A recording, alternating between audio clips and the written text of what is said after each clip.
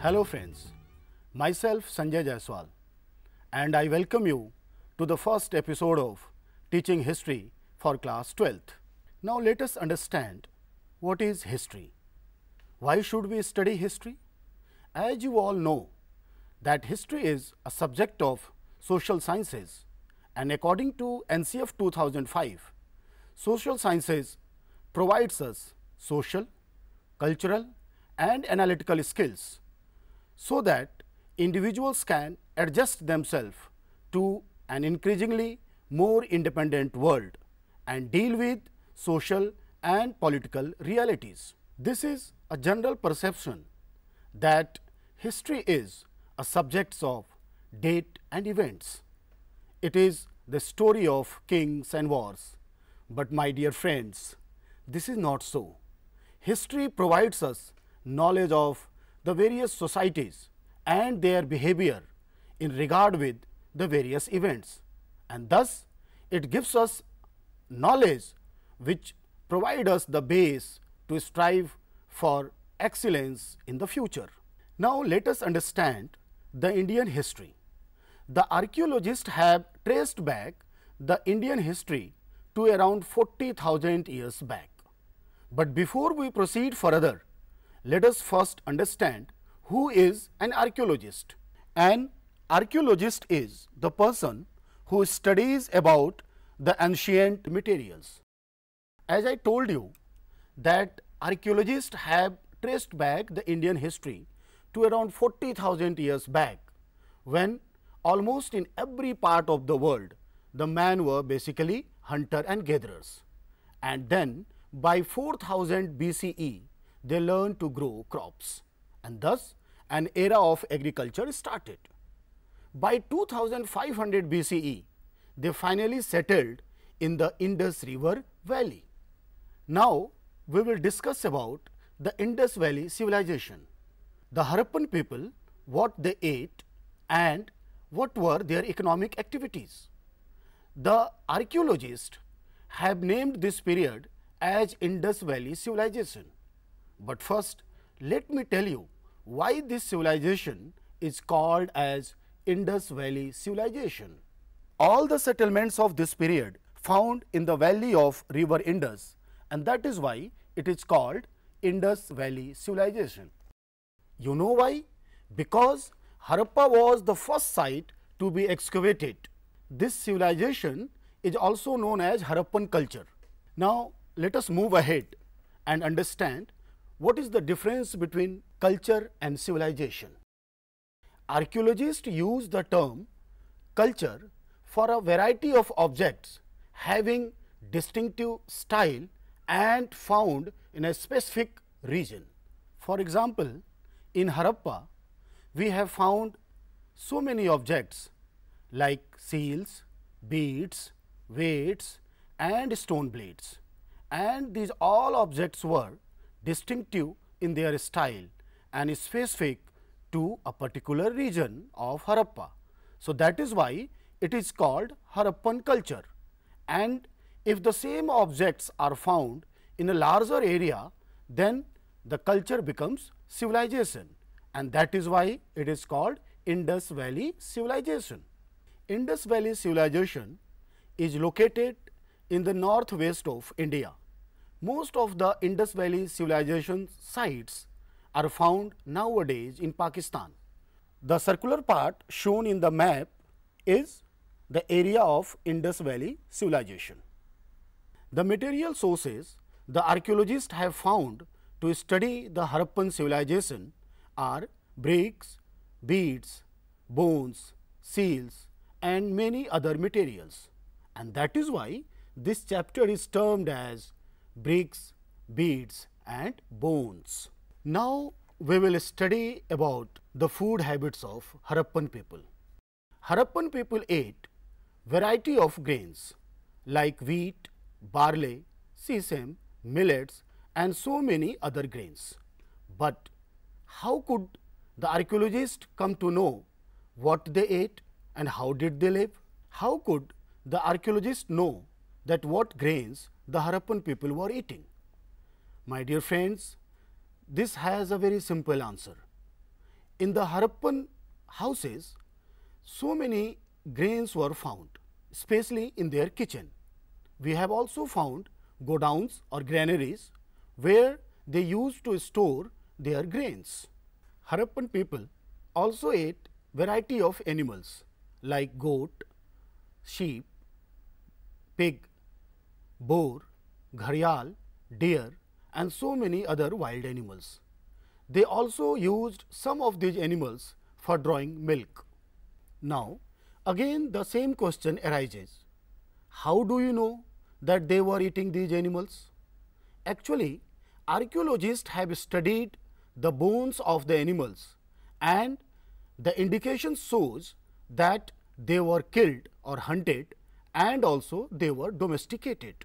The archaeologists have also studied the bones and skeletons of the human body and they have given an indication that the sharper the front teeth and the bigger jaw, this is a clear indication of the man being non-vegetarian. But we are not sure that Harappan people themselves killed these animals or they obtained meat from the other communities, as we nowadays buy meat from the shopkeepers. So, it may be possible that even Harappan people were buying meat from the shopkeepers. We have also found saddle and querns. You know, nowadays it is known as atta chakki. You must have seen in your locality or nearby your house. These saddle querns were made up of stones. Archaeologists have also found curry stones, which is nowadays commonly known as silbatta.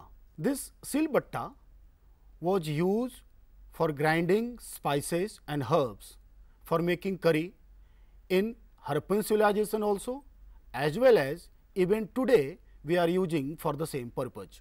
Now, we know that Harappan people were eating various grains. So, the question arises, did they produce themselves these grains or they gather it from the forest? Archaeologists have found many evidences such as wooden plough, bull and cart, toy cart and even they have found ploughed fields. Even ploughed fields have been found at Kalibagan in Rajasthan, which have two sets of furrows. It shows that two crops were grown together in the same field. Now, we will talk about agricultural technology. What technology they had for doing agriculture? They use various tools, for example, axe, sickle and blades. All these instruments were fitted in the wooden handle. For irrigation, the Harappan people had developed canals. We have found some remains of canals at Shortughai in Afghanistan. Harappan people also had natural and artificial water tank where they used to store the rainwater and later on they use it for irrigation. Even today, irrigation is being done through canals in North India and through tanks in Deccan. Granaries at Harappa and Mohenjo-daro have also been found. What is the use of this granary? You must have heard the name FCI, Food Corporation of India. What does this corporation do? It actually collect and procure the food from the different parts of India and store it at various places in our country. Similarly, the Indus Valley people also used to store the food. How did they do it? Actually, the government collect the taxes of surplus goods and store it in these granaries. Harappan people were the first people to use cotton for clothing. Their dresses were made up of cotton, but they were not tailored as it is done today. They were also wearing various jewelries made up of gold, silver, copper, beads and stones. Now, let us understand their houses and town planning. You will be surprised to know the various facts of their town planning, which is even today we are practicing. Now, we will discuss about the town planning of Mohenjo-daro. Mohenjo-daro has two parts. One is known as Citadel and the other part is known as Lower Town. Citadel is smaller in size but built on a raised platform. Lower Town was larger in area and all the houses of this Lower Town was built on a platform. The Lower Town was also walled from all its four sides so that it could be separated from the Citadel. All the houses were built on raised platform and with sun-dried bricks. If we study the domestic architecture of the Harappan houses, you will be surprised to know that there was a courtyard in each and every house, and this courtyard was the center of all the household activities such as weaving, cooking and so many other activities. And one more thing which is very interesting, that no one could have a direct view of the courtyard from the entrance. All the rooms were built around the courtyard. The Harappan houses were having 2 to 3 stories, and to reach upper stories, staircases were built. And at the ground level, the walls were not having any window to maintain the privacy of the house. Each house of Mohenjo-daro had a separate bathroom, and the drainage system of this bathroom was well connected to the main drainage system of the street. You will be surprised to know that Harappan people were very much aware of their health and hygiene, and that is why they were having covered drains throughout their city. Each house in Lower Town was having a well in their outer room, and this outer room was opened from both the sides so that any passerby could come and drink water. All the roads and streets were built on grid pattern. The roads were cutting each other at right angle, and it seems that street and drains were first laid out and then houses were built along with them. This was a clear indication of the planning of the town. Now we come to the second part of the town planning of Mohenjo-daro, which I told you was known as Citadel. Citadel has all the important public buildings, and it seems that this part was actually the administrative block of the Harappan civilization. We have found many public utility buildings and places in the Citadel, like a pillared hall, the great bath, the granaries and so many other palaces. Great bath was a rectangular tank which had staircases in 2 of its sides, one in north side and other was in south side. It also had rooms on all its 3 sides. The staircases which was built in great bath were actually fixed with the help of gypsum, and it was made watertight. These staircases were made of sun-dried bricks. The uniqueness and the context of which this great bath has been found, that shows that this structure was used for some specific ritual bath.